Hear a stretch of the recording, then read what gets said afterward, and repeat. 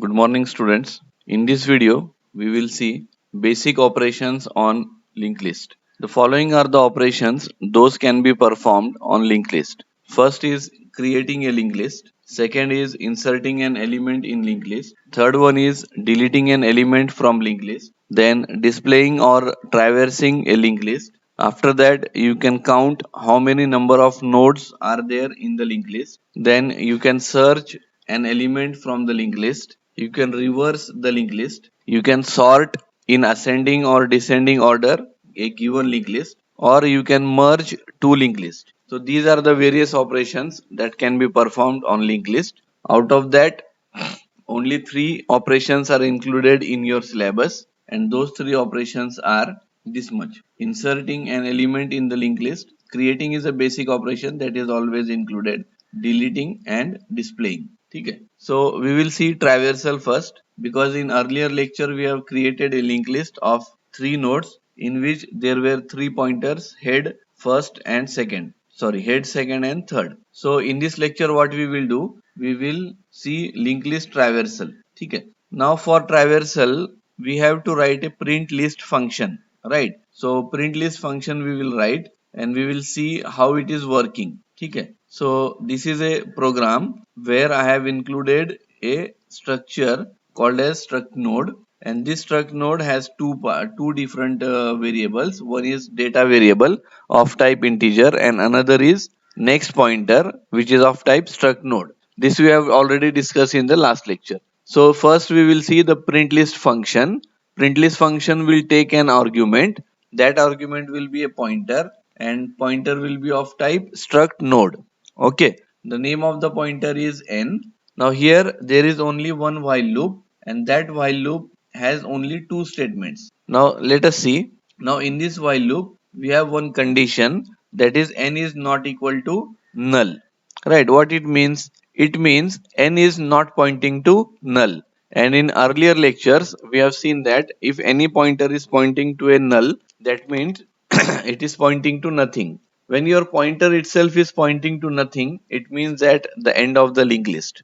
Because in the diagram also we have seen that last node contains null. So now we will see printf function is there, which has %d access specifier. That means it will print some integer value, and that integer value is nothing but the data, right? But the n is pointer of structure, so we cannot use dot operator. We have to use arrow operator here, right? We have to use arrow operator here. So we will use the variable pointer n and arrow operator, and then we will use data. This will display the data value of that particular node, right? Supposedly n is pointing to the first node, then this will print the data of first node.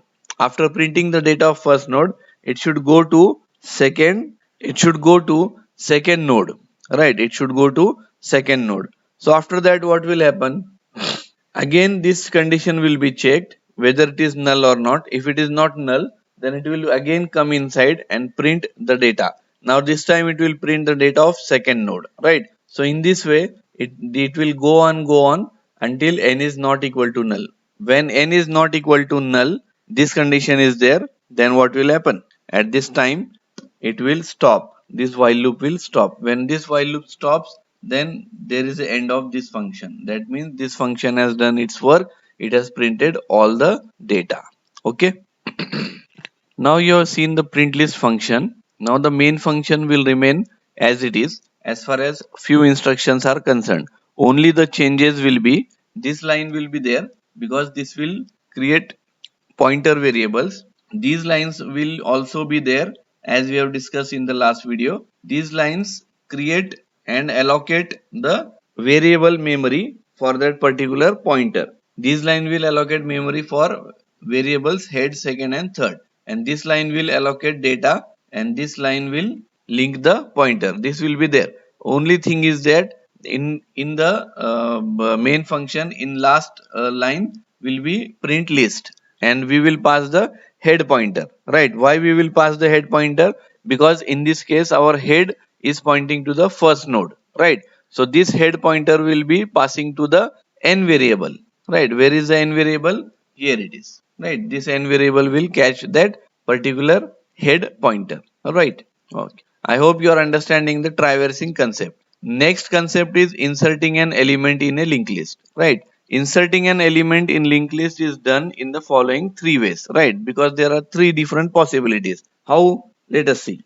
There are three different possibilities because what happens? You can insert a new node in the beginning, right? See the diagram. In the beginning, what happens? This node will be attached here. Due to this, there will be changes in the linked list. Those changes are this head pointer. Earlier it was pointing to this node. Now it will point to this node, right? So due to these changes, the process of inserting a new node in the beginning is different, right? So there are three cases. First of all, you can insert a node in the beginning, you can insert a node after specified node, and you can insert a node in the end or last, right? Suppose you are inserting a node in the last, then there will be different changes. Suppose you are inserting a new node in the beginning, then there will be different changes. Suppose you are inserting a new node in between or after a specified node, then there will be some different changes. What are these different changes? In case of insertion at the beginning of the linked list, the changes are the position of head pointer, right? Because if you are inserting a new node in the beginning, then head pointer must point to the new node, right? The newly added node must be your first node and it should be pointed by the head node. This one changes is required in case of insertion at the beginning of the linked list. In case of after a specified node, what happens? Let us see. See, in case of insertion after specified node, the pointers will be changed, right? Earlier, this particular node number data having 3 was pointing to this node, right? Earlier, this was pointing to this node. But now, earlier this was pointing to this node, but after adding this node, it will point to this newly created node, and this newly created node's next part will point to this node. These changes you have to do. So these changes are different from previous operation in which we have seen insertion at the beginning. So there are different logics are there. And lastly, we can insert a node at the end. Now in this logic, what happens? The null was here, right? And this null will be replaced from this part to this part, right? So these changes are again different from the previous two operations. So there are three different possibilities and three different logics are there for insertion of a new node in the linked list. I hope you are understanding. Okay. So in next video we will see in detail how this insertion operation is performed. We will stop here.